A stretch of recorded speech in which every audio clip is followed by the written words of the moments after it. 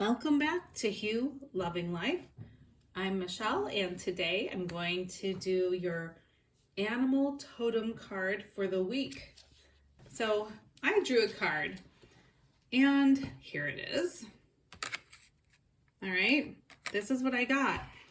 The snake. You know, when you have a snake in your life who's hurting you or who has hurt you, then you become much more discerning of a person, and you become much smarter and wiser if you get through it.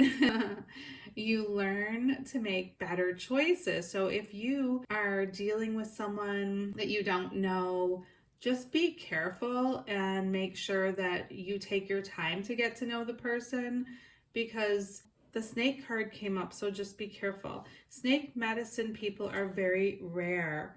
Their initiation involves experiencing and living through multiple snake bites, which allows them to transmute all poisons.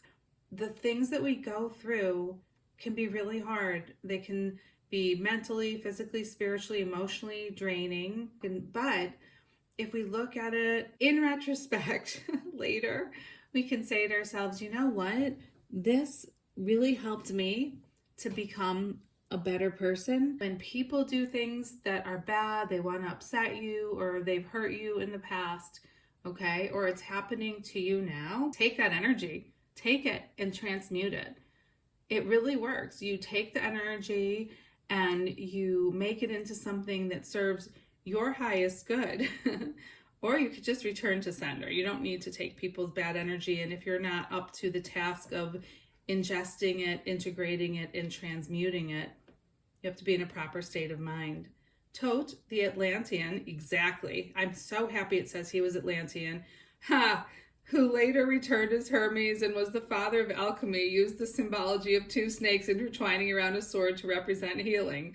Yes, you guys, I was in Atlantis, and yes, absolutely, this is how it happened. Read the Emerald Tablets of Tote, and yes, he did become Hermes, and he is the father of alchemy. And the people who actually escaped from Atlantis ended up either in places like Egypt, or the Basque people from France are actually the ancient Atlanteans. By the way, their language is the closest to what you're going to get to Atlantean, as it's not related to anything else, the Basque language in France.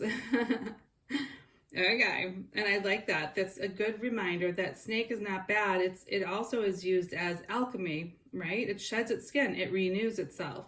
So if you're working with like an animal, snake, let's say, you're learning how to transmute energy that comes in, and not to keep the negative, but to transmute it in a positive way. Acceptance of the male and female within each organism creates a melding of the two into one, producing divine energy. Okay, so get in touch with your female and your male side. You guys have both. Everyone does. The left side of the body is the female, the right side of the body is the masculine.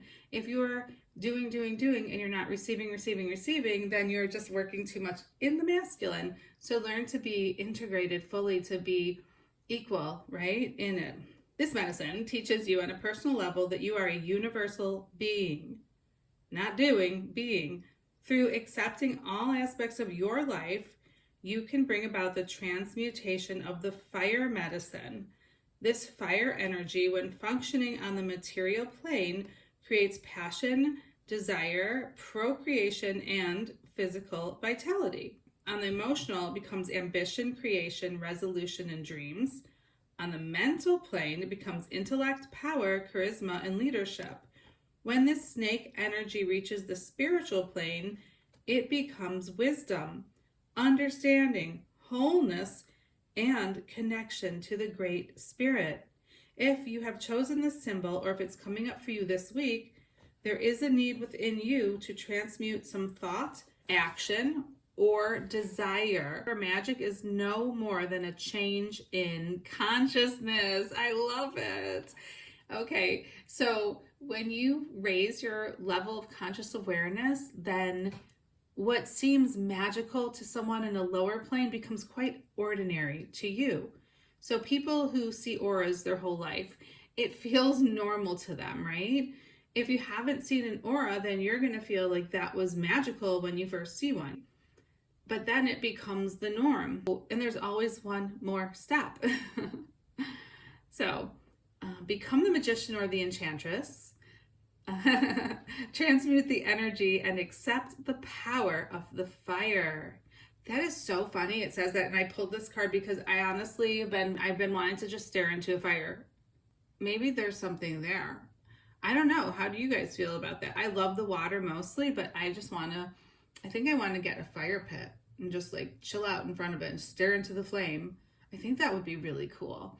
I like to actually take wisdom from the positive or the contrary of each of these cards. So maybe something here will also jump out at you guys and see what resonates for you only. Never make anything fit your life. But if something jumps out and it triggers a thought in you that, oh my gosh, you know what, that's really helpful for me right now.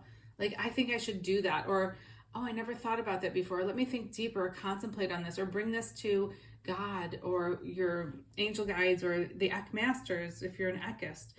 Okay, then you could do that. So you may have chosen to mask your ability to change. Look at the idea that you may fear changing your present state of affairs because this may entail a short passage into discomfort. Okay, so are you blocking your own success because it might be temporarily uncomfortable? Does this discomfort keep you from assuming the viewpoint of the magician within? Is the old pattern safe, reliable, and a rut? I like that they said and, not or. Safe, reliable rut. Are you in a safe, reliable rut right now? In order to glide beyond that place, which has become safe but non-productive, become snake. Okay, yeah, you see how the snake glides on the ground, just slithers around, it's easy peasy, gets through where it needs to, right? So become snake, go through where you need to go through. You can get through. Okay, release the outer skin of your present identity. Move through the dreamlike illusion that has insisted on a static continuity and find a new rhythm as your body glides across the sands of consciousness like a river winding its way toward the great waters of the sea. I like that they brought in the water imagery because the sea is spirit and spiritual. Immerse yourself in that water, yes, and know that the single droplet which you represent is being accepted by the whole. Yes, it's called the ocean of love and mercy. So if you visualize an ocean that's endless and every drop is a soul, then you belong in the ocean with all the souls. But we maybe go down, a stream or a tributary, and then we have to come back and reemerge. But we can't do that until we shed some of the old ways, right? So see yourself in that water. Pull that water into you, or pull yourself, better yet, see yourself going into the water.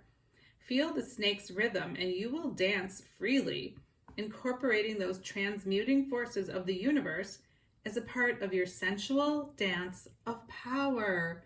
I like that so much. And I love the imagery of dance. Chance for you to get into some kind of like physical activity, like dance or something like that. You might be shocked at how much it does help you transmute your energies. You actually shake off, literally, a lot of stuff that's thrown at you from the outer or inner worlds.